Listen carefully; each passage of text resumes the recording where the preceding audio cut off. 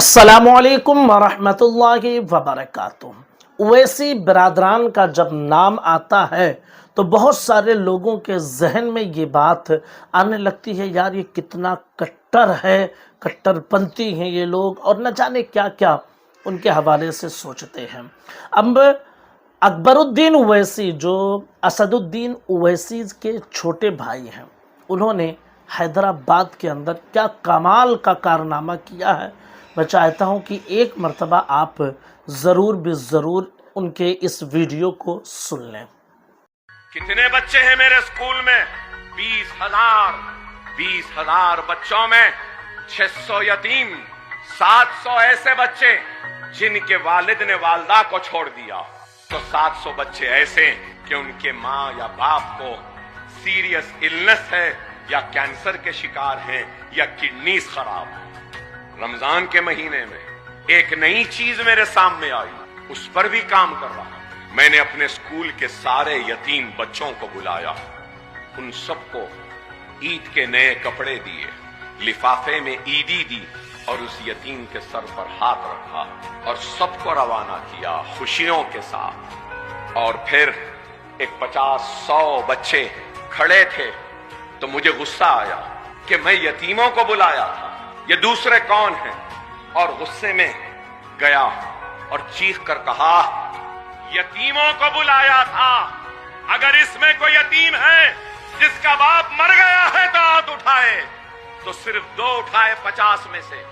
میں نے کہا چلو 2 ادھر آ جاؤ، باقی لوگ کیوں کھڑے ہیں؟ میں نے تو نہیں بلایا تھا نا۔ تو اس میں سے 2 لڑکیاں میرے غصے کو دیکھ کر رونے لگی۔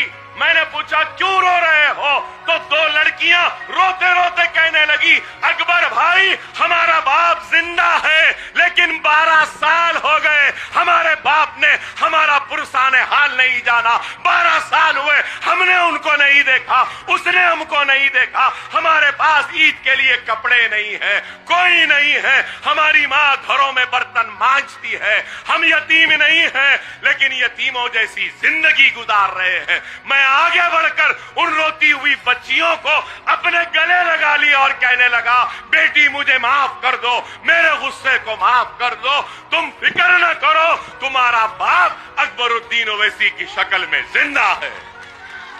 اور ان سب کو بھی بلایا، ان کو بھی دیا۔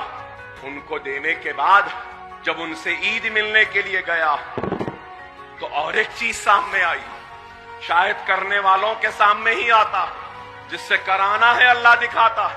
پھر ایک 4-5 بچیاں آئیں اور انہوں نے کہا، ہم وہ بد نصیب ہیں جن کی ماں کا انتقال ہو گئے۔ میں نے حیرت سے دیکھا تو ان لڑکیوں نے کہا، اکبر بھائی ہماری ماں نہیں ہے، اور ہمارے ماں کے انتقال کے 15 روز میں ہی ہماری والد نے دوسری شادی کر لی۔ ہماری سوتیلی ماں ہمارا خیال نہیں رکھتی، 2 مہینے چچا کے پاس، 3 مہینے نانی کے پاس، پھر 2 مہینے ماموں کے پاس، تو پھر 4 مہینے خالہ کے پاس۔ یوں ہی زندگی گزر جاتی ہے۔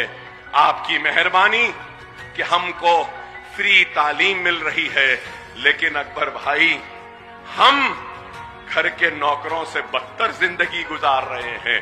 سارا گھر کا کام کرواتے ہیں، پوچھا مارنے لگاتے ہیں، جھاڑو مارنے لگاتے ہیں، ہر لمحے پر ہم کو ہماری ماں یاد آتی ہے۔ تو میں نے اسی وقت ان بچیوں کے سر پر ہاتھ رکھ کر یہ فیصلہ کیا کہ ایسے بچیاں اور ایسے بچے جتنے ہیں جن کی ماں کا انتقال ہوا ہے اور ان کا باپ شادی کر لیا، یہ بچے گھروں میں کام کر رہے ہیں، ان کے رہنے کا، کھانے کا انتظام میں کروں گا، اور ایک عمارت بنا رہا ہوں جہاں ایسے بچوں کی پرورش ہو۔